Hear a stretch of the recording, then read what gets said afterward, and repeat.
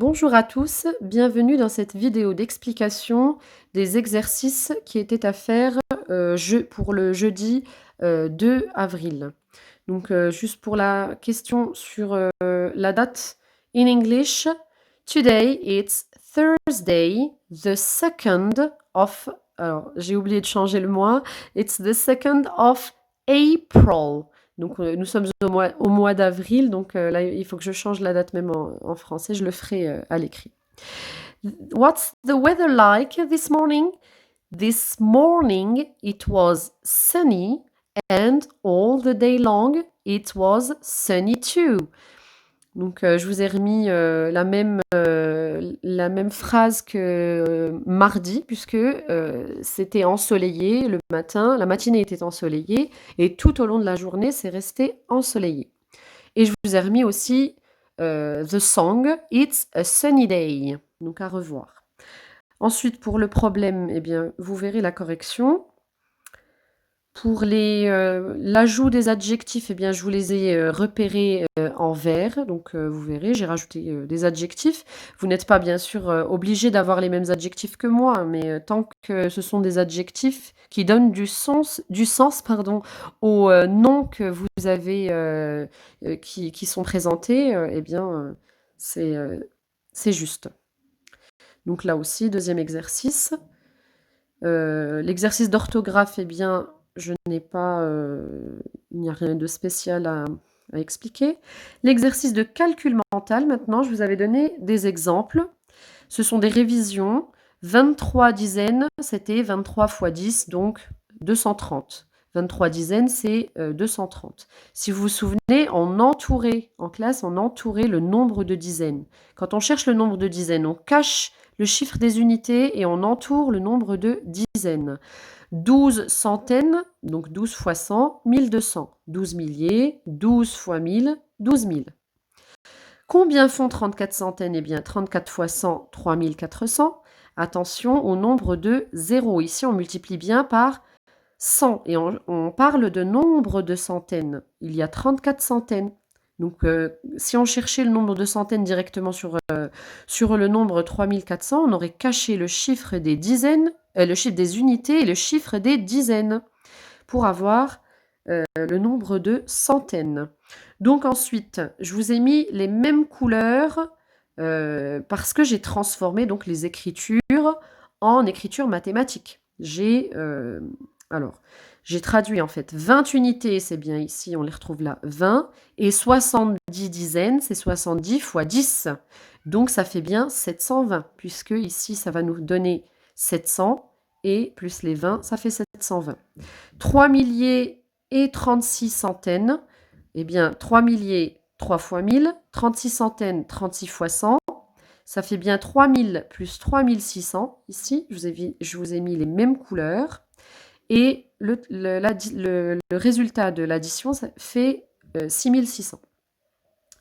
Ensuite, 7 milliers, 7 fois 1000, 13 centaines, 13 fois 100, 4 dizaines, 4 fois 10.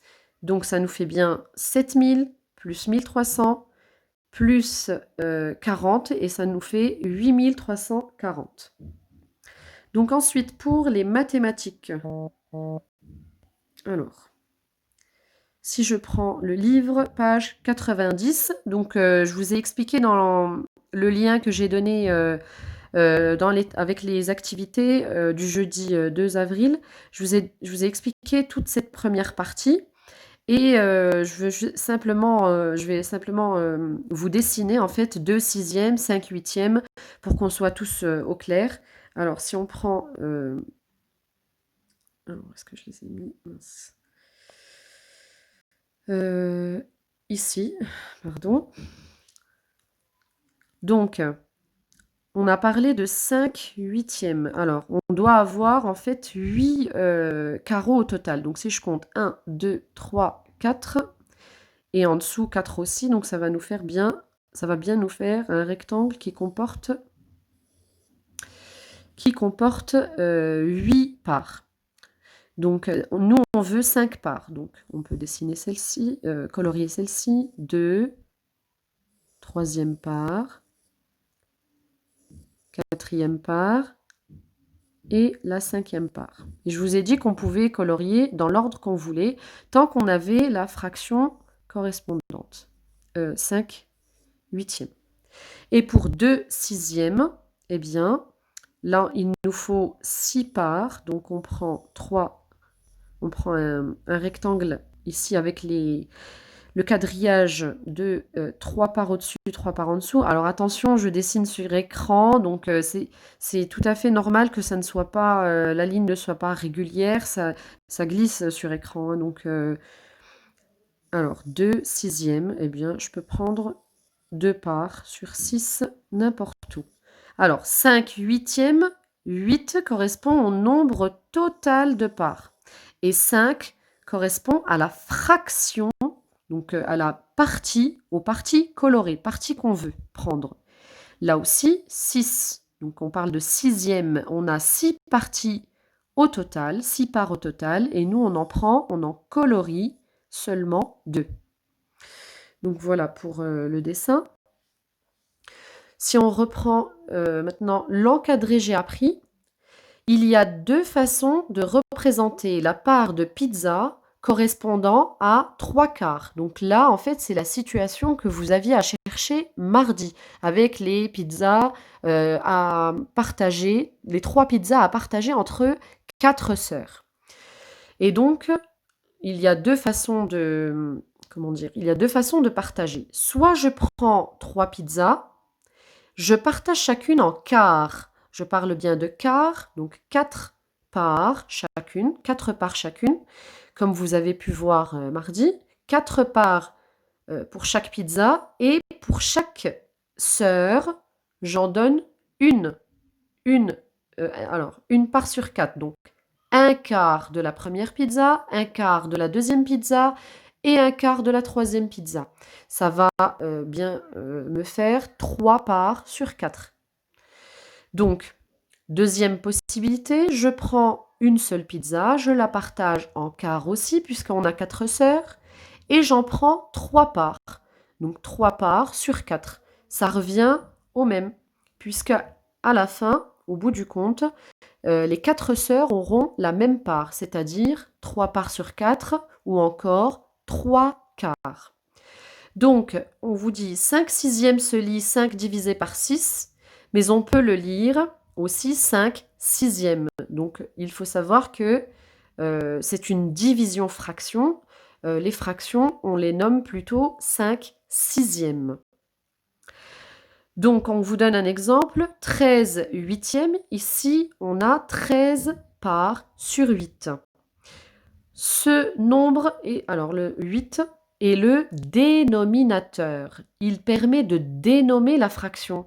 Vous avez vu ici 5 sixièmes, on entend bien sixième, c'est le nombre qui est en dessous du trait de fraction, qui est le dénominateur, qui dénomme, donc qui nous donne le nom en fait. Sixième ici, et ici c'est huitième. Et ensuite, le nombre qui est au-dessus, c'est le numérateur. C'est celui qui indique le nombre de parts. Ici, 13 parts sur 8. Le nombre de huitièmes ici, on a 13 huitièmes. Ici, nous avions 5 sixièmes, 5 parts sur 6. Donc, à retenir, numérateur et dénominateur. Alors ensuite, il y avait l'exercice 3A à chercher, et on vous disait, écrit sous forme de fraction 5 septièmes, eh bien tout simplement 5 septièmes, donc 5 septièmes. Numérateur 5, dénominateur 7. 2 tiers, voilà. 1 quart, pas 3 quarts, 1 quart, une part sur 4. 9 dixièmes, 9 parts sur 10. 6 centièmes. Alors attention ici, on allait au centième, donc 6 centièmes. Et pour la question B, écris les fractions correspondant aux parties colorées. Eh bien, si on prend... alors, on va mettre le corrigé peut-être. Non, j'arrive pas. Bon, ce n'est pas grave. Pour la A, il fallait compter le nombre total de parts et ensuite dire la fraction qui était donnée. Donc, si on compte 1, 2, 3, 4, en sachant qu'on a 4, alors c'est un cercle, hein, on a 4 dans le demi-cercle du dessus, donc on a 4 parts dans le demi-cercle en dessous, ça fait un total de 8 parts. Et combien de parts sont colorées? 1, 2, 3, 4, 5. Donc pour le A, c'est 5 huitièmes. Pour le B, eh bien, nous avons 3, 6, 9, 10. Nous avons 10 parts au total. Et la partie qui est colorée correspond à 7. Donc 7 dixièmes pour le B. Pour le C, alors 1, 2, 3, 4. Donc on a un total de 8 parts et on prend les 3 parts coloriées. Ça correspond à 3 huitièmes. Pour la D, nous avons, comme la pizza partagée en quarts, nous avons 3 quarts ici. 3 parts sur 4, c'est-à-dire 3 quarts.